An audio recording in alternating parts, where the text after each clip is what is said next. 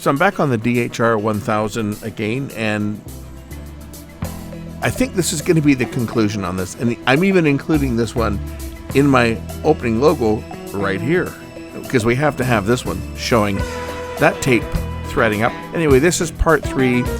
I'm doing some more troubleshooting, and I think we've got the problem nailed down. And it's not the analog board, which I thought.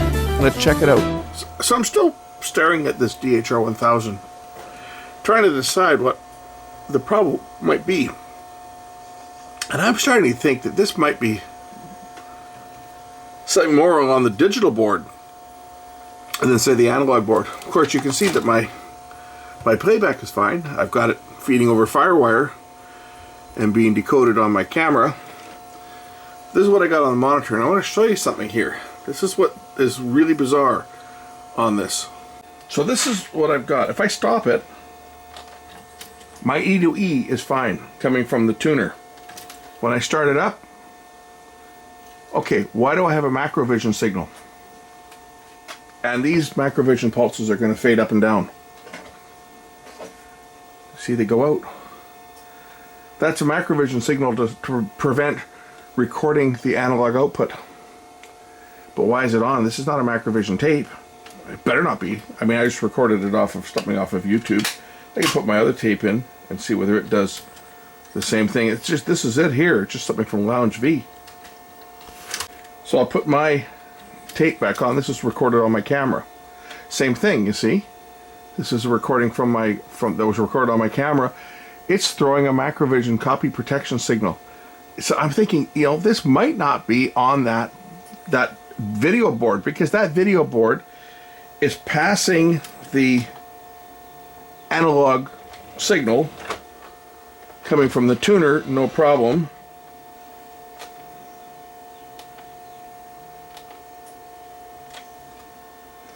It'll bring up the menu, no problem. So it is passing a signal. But when I try to play, I'm just getting that, which leads me to think that maybe this problem is not so much a problem on the analog board, but a problem on the digital board. This one here. It's just such a weird problem. But after looking at this for, like, I've been thinking about this for the last couple days as to what or where the problem might be, and I'm starting to think maybe something on this board.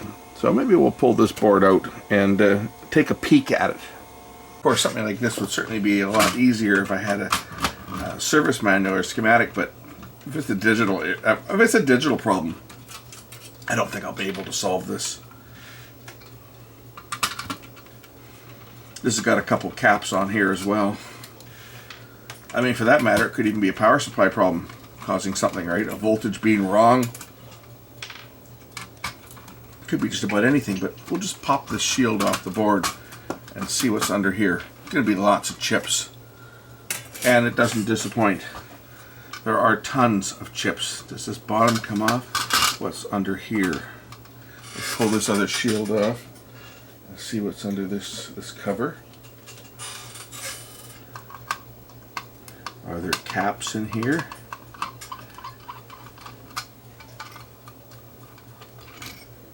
Oh, there's another little board here. There's another cap there. Check that. Let's remove this one.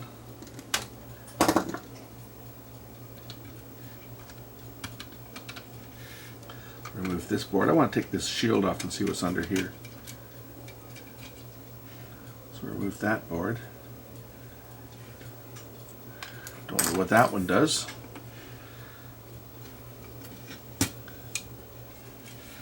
I guess there's one more screw that holds this shield in place.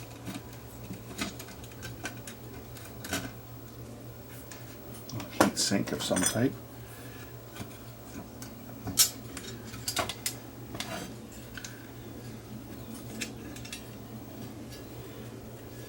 Oh man, it's just full of chips. This thing's just completely full of chips.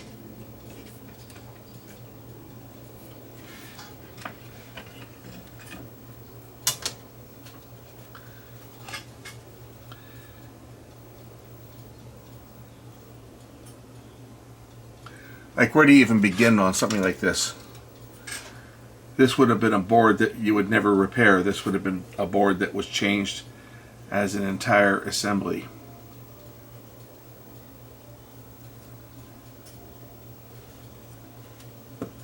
Oh.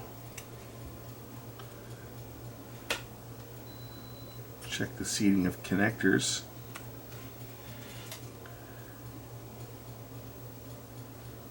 Like, there's really not much on here.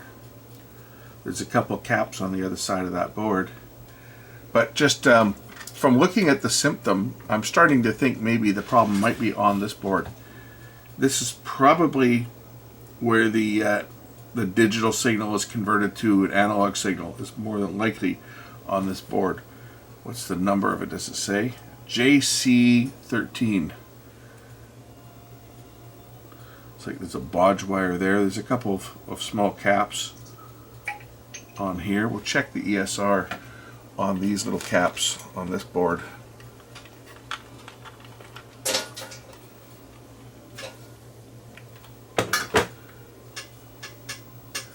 Just see how they look.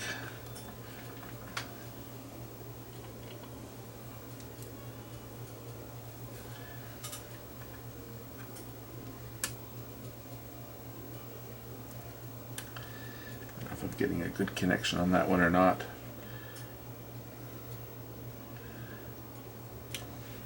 So 10 microfarad, 5.4, that might be okay.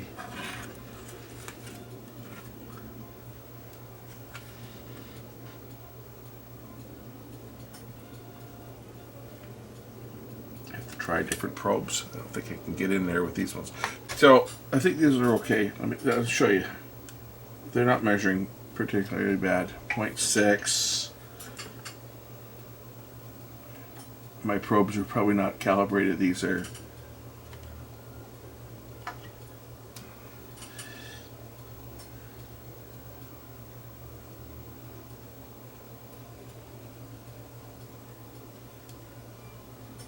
you know, 0.3. I think these caps are okay on this board. I don't see any that are bad. 7.4. That one's maybe a little bit up, but I just really don't think that's going to be causing the problem.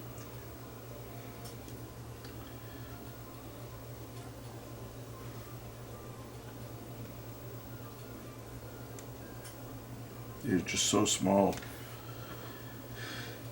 And this one over here, right? I can't see these ones being what the cause of the problem is on this. Throw this shield back together.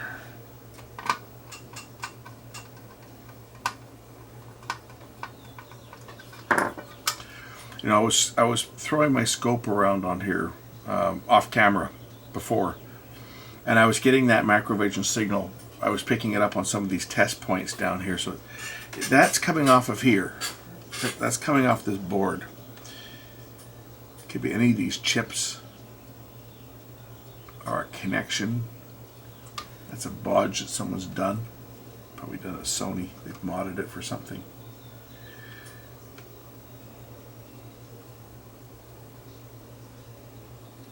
But it doesn't seem to be affected by heat because I've left it running for like a day. So it's hot to see if the symptom changed when it was hot versus cold, and it hasn't. It stayed exactly the same. I haven't checked the power supply. I guess it's possible maybe there's a ripple that's coming in and it's causing the DA converter to choke. I guess that's always a possibility. The thing is, when you get these digital circuits, they either work or they don't.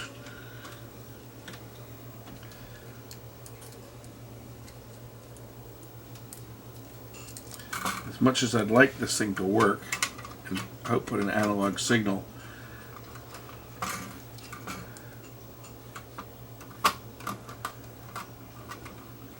these type of devices were never a component level repair. These were always a board level. Like any of these DV cameras and stuff, if you had a failure on a board, you just change the board. Of course, today you're never going to do that because you're not going to find a board for one of these units. It's just not available.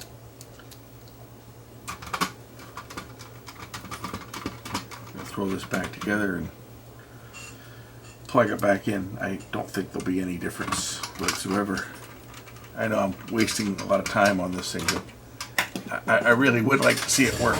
That's the thing. I'd like to see this thing operate properly. Put it back together, and well, my symptoms now changed, sort of. I'm not getting the macrovision signal anymore. Still not getting a signal, but now it's doing something a little bit different than before.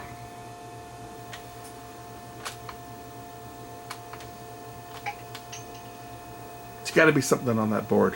Let's see if I'm on the right track. Let me go wet finger around over here. Ooh. I definitely think it's a problem on this board over here. I wonder if I'll pull that shield and just give the wet finger around and see if I can make something change. I'm thinking more just from what it's doing right now. It's on the digital board, not the analog board. Okay, now I've got my funky powered up again. I get this back. I'm just kind of give me the wet finger down here and see whether anything will change.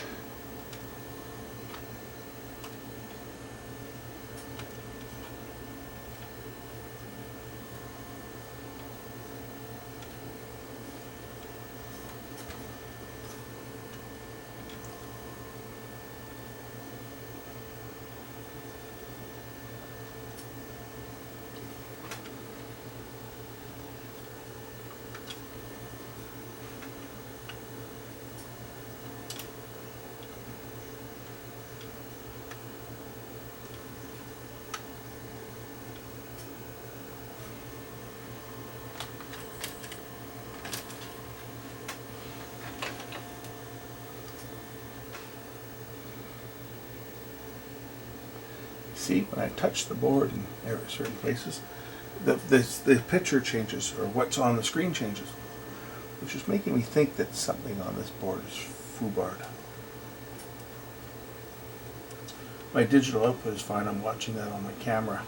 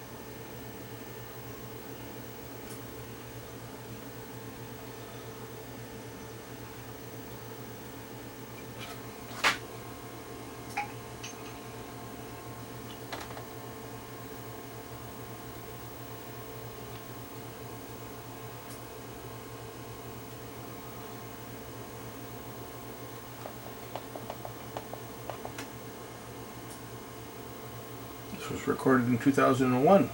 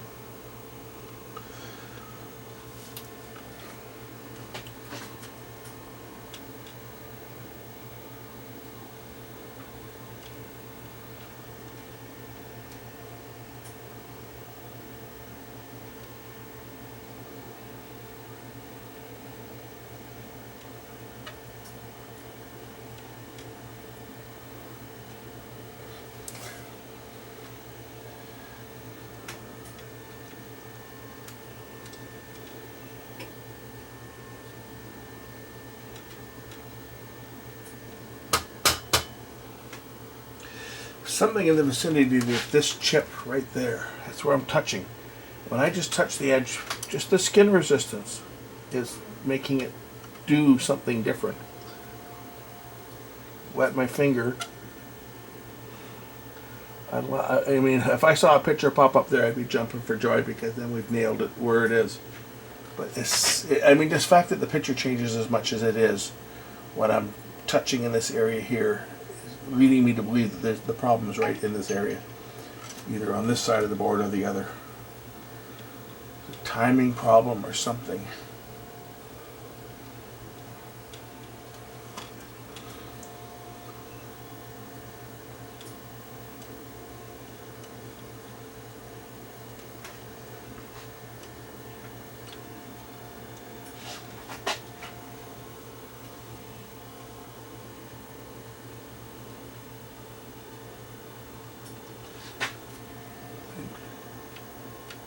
Anywhere else I touch on the board doesn't seem to do anything. Just in this area here.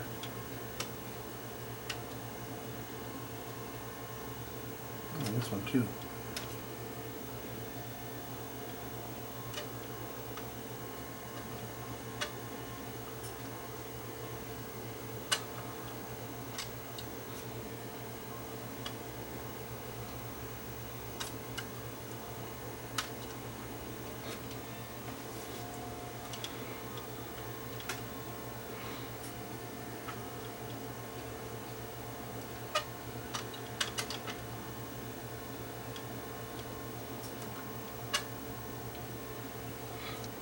And if you look on the little screen, when I'm doing this, it's affecting what's coming up on the digital output as well. Watch.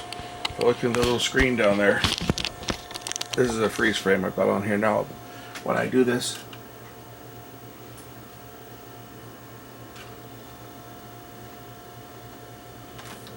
go back into play,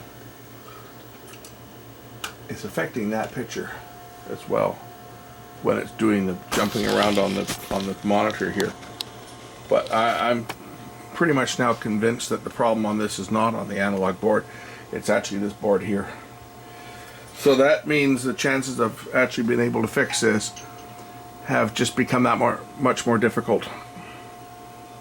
So maybe I better just count my blessings that the digital output plays properly and forget about trying to get the analog output to work. Because at this state, I'm thinking board replacement would have to be done. It's not going to be capacitors. You know, when I was testing a few of them last night on the other board, and most of them seemed to be okay. There was a few of them that the ESR was a little bit high, but the fact that the analog signal from the tuner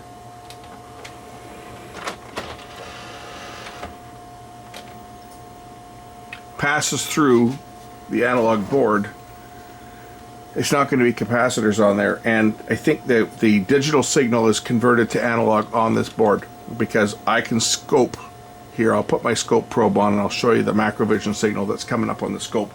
So it's leaving here in analog. This board is taking the DV signal, converting it back to analog, and there's a problem. Okay, this is a test point on this board. Where are we here? This one.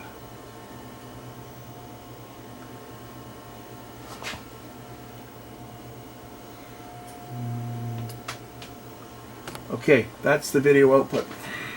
You can see the color burst there. Alright, that's our color burst. Where's my adjustment for here?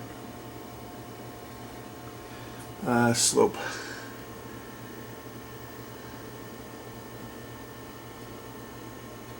Level.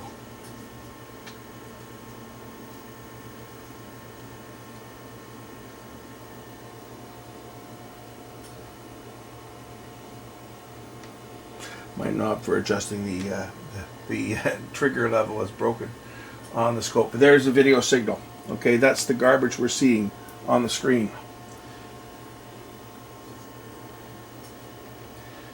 And that's coming off this digital board, the test point. So it's a digital board that's foobar.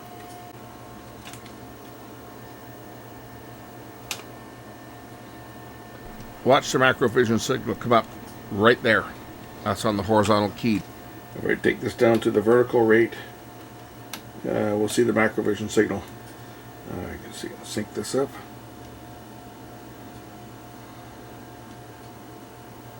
There's the macrovision signal. See?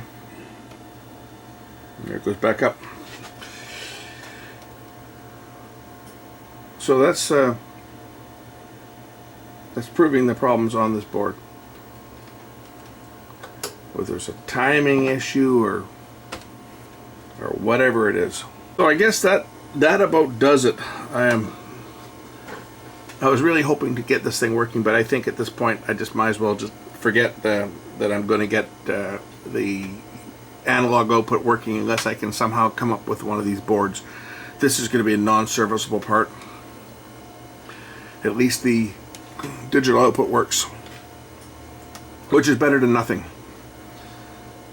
So I guess this will be the last one we're going to see on this one, as I don't think I can go any further. I've spent a lot of time trying to track this down.